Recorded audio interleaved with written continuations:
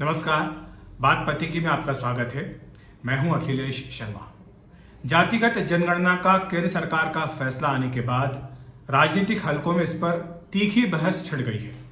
जहां पहली बहस तो इस बात को लेकर हो रही है कि इसका श्रेय किसे दिया जाए, वहीं दूसरा प्रश्न अब इस बात को लेकर भी उठने लगा है कि सरकार ने इस जातिगत जनगणना में जिस तरह से मुसलमानों की भी जातियां पूछने का फैसला किया है, उसके बाद क्या होगा।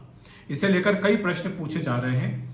यह कहा जा रहा है कि आखिर इसकी जरूरत क्या थी, और दूसरा प्रश्न यह भी पूछा जा रहा है कि अगर मुसलमानों की भी जातियां पूछी जा रही है तो क्या उसके बाद उन्हें भी हिंदू ओबीसी की तरह आरक्षण दिया जाएगा।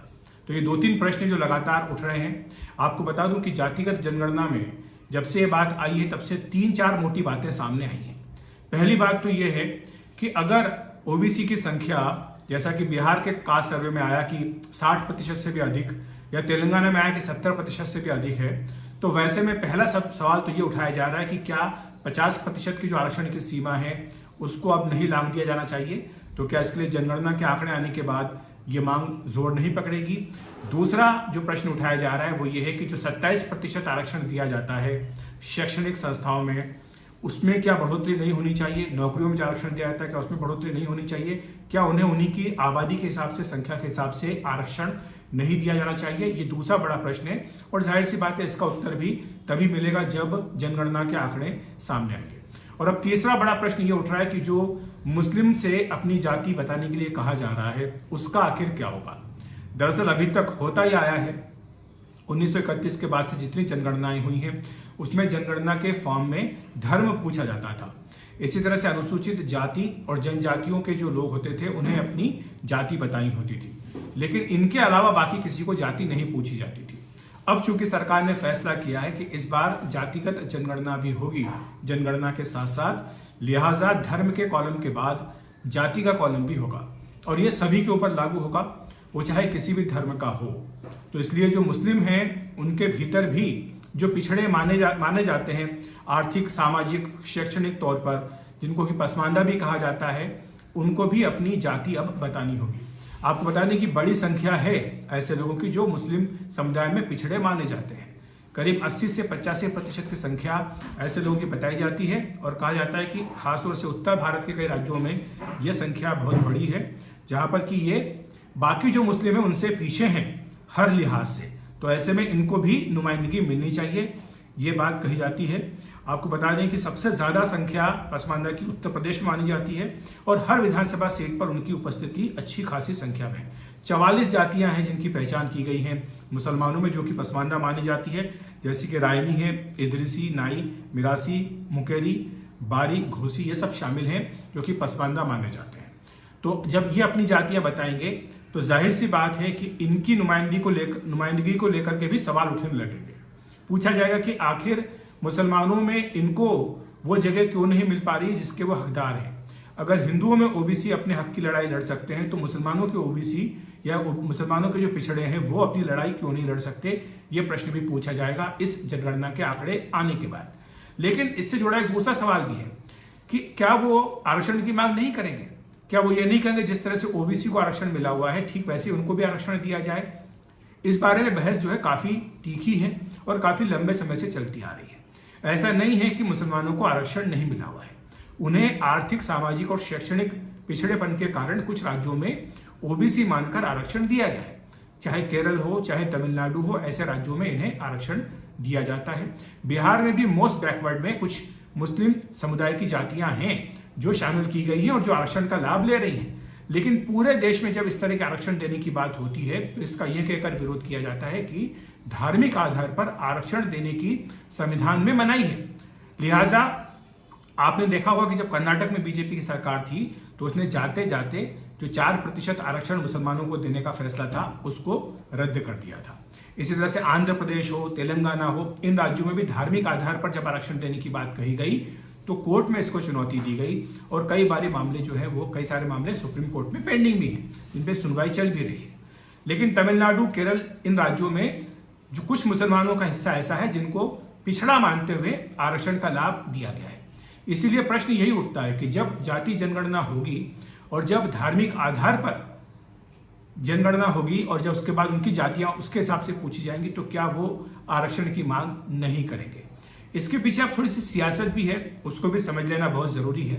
कि देखिए, पहली बात तो ये है कि जब जाति जनगणना की बात होती थी तो उसके विरोध में यह तर्क दिया जाता था कि वो पार्टियां, वो क्षेत्रीय दल जो कि जातियों के आधार पर अपनी राजनीति करते हैं, वो हिंदू समाज को बांटकर, जो हिंदू समाज की या हिंदुत्व के नाम पर जो एकता बनी है उसको तोड़कर अपनी अपनी जातियों को अपने साथ लेना चाहते हैं, ताकि उनका जो वोट बैंक है वो कायम रहे। और इसीलिए मंडल और कमंडल, ये दोनों धाराएं खासतौर से उत्तर भारत में चलती आई हैं, जहां कमंडल के नाम पर हिंदुत्व चला और हिंदुत्व के नाम पर सारे हिंदू समाज को एकजुट करने की बात हुई। वहीं मंडल के नाम पर आपने देखा होगा कि जो ओबीसी जातियां थी उनको कई क्षेत्रीय दलों ने अपने पाले में लाने की कोशिश की और उसमें वो सफल भी रहे। तो ऐसे में एक तरफ हिंदू समाज की एकता और दूसरी तरफ जातियों की बात। तो यही होता था कि जब जातियों की बात होती थी या जाति जनगणना की बात होती थी तो इसका यह कहकर के विरोध किया जाता था कि इससे हिंदू समाज बढ़ जाएगा। अब यही तर्क मुस्लिम समाज के लिए भी दिया जा रहा है कि अगर आप हिंदू समाज को बांटने की कोशिश कर रहे हैं ओबीसी की पहचान करके, ओबीसी की जातियों को गिनकर, तो जाहिर सी बात है कि आप हिंदुओं के, मुसलमानों के बीच में भी पहचान कीजिए। आप बताइए कि मुसलमानों में किसको कितना फायदा मिला है अभी तक और कौन लोग हैं जो पीछे रह गए हैं। और ऐसा नहीं है कि मुसलमानों का जो पिछड़ापन है उसके बारे में चर्चा ना हुई हो, चाहे मंडल कमीशन हो, चाहे उसके बाद बनी गई राजेंद्र सच्चर कमेटी हो या रंगनाथ मिश्रा आयोग हो, इन सब में इस बात का जिक्र किया गया था कि जो मुसलमानों की स्थिति है पिछले 75 वर्षों में वो काफ़ी खराब है। बल्कि कुछ रिपोर्ट्स में तो यहाँ तक कहा गया कि इनकी स्थिति जो अनुसूचित जाति के लोग हैं उनसे भी बदतर है और ऐसे में उनको भी वही फायदा मिलना चाहिए। लेकिन ऐसे में ये विरोध किया गया कि इससे जो एससी समाज का अधिकार है वो छीन जाएगा और इसलिए इनको उस समाज के अधिकार में हिस्सा नहीं दिया जा सकता है, तो इसलिए इनका विरोध किया गया। लेकिन अब यही बात ओबीसी को लेकर के कही जा रही है, क्योंकि अगर आप ओबीसी के नाम पर आरक्षण देने की बात करेंगे तो फिर यह प्रश्न भी उठेगा कि क्या जो ओबीसी हैं, अदर बैकवर्ड कास्ट, उनके अधिकार को छीनकर क्या मुस्लिम ओबीसी को भी दे दिया जाएगा? ये भी एक प्रश्न उठेगा। और दूसरी बात यहाँ पर यह भी आएगी कि जिस तरह से वोट तैयार होता है कि कुछ क्षेत्रीय दलों के पास अपने अपने वोट बैंक तैयार हो गए हैं ओबीसी के नाम पर, क्या वैसे ही पसमानदा का भी वोट बैंक तैयार करने की कोशिश की जा रही है? क्योंकि जब आपने राजनीतिक विश्लेषण में देखा होगा तो बात होती है कि हिंदुओं समाज के किस जाति ने किसको वोट दिया या किस कॉन्स्टिट्यूंसी में हिंदू समाज के किस जाति के कितने लोग हैं, लेकिन मुसलमानों की एक यूनिट के तौर पर बात की जाती है कि इस सीट पर इतने प्रतिशत मुस्लिम है, उस सीट पर उतने प्रतिशत मुस्लिम है। लेकिन जब आप जातियों के आधार पर गिनना शुरू करेंगे और जब आप ये पाएंगे कि यहाँ पर इस जाति के इतने लोग हैं, इस जाति के इतने लोग हैं, तो क्या फिर आप उसी हिसाब से अपनी चुनाव की रणनीति तय करेंगे और क्या उसका असर भी चुनाव परिणाम पर पड़ सकता है? ये भी एक बड़ा प्रश्न है जो इस जाति जनगणना के बाद उठेगा, क्योंकि ये जाति जनगणना बहुत कॉम्प्लेक्स होने जा रही है। हर बार की तरह जो होती है वैसी नहीं होगी।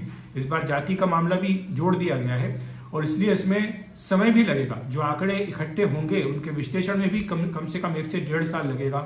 सरकार की कोशिश ये है, सरकार ये कह रही है अपनी ओर से कि 2029 का जो लोकसभा चुनाव हो उसमें महिला आरक्षण दिया जा सके, इसीलिए ये जनगणना कराने का फैसला किया गया है और जाति आधार पर कराने का फैसला किया गया है, ताकि जो डिलिमिटेशन है जिसको कि अगले साल तक के लिए फ्रीज किया गया है वो फ्रीज हट सके और उसके बाद कॉन्स्टिट्यूएंसीज नए तरीके से तैयार हो सकें और अगला लोकसभा चुनाव उसी हिसाब से हो।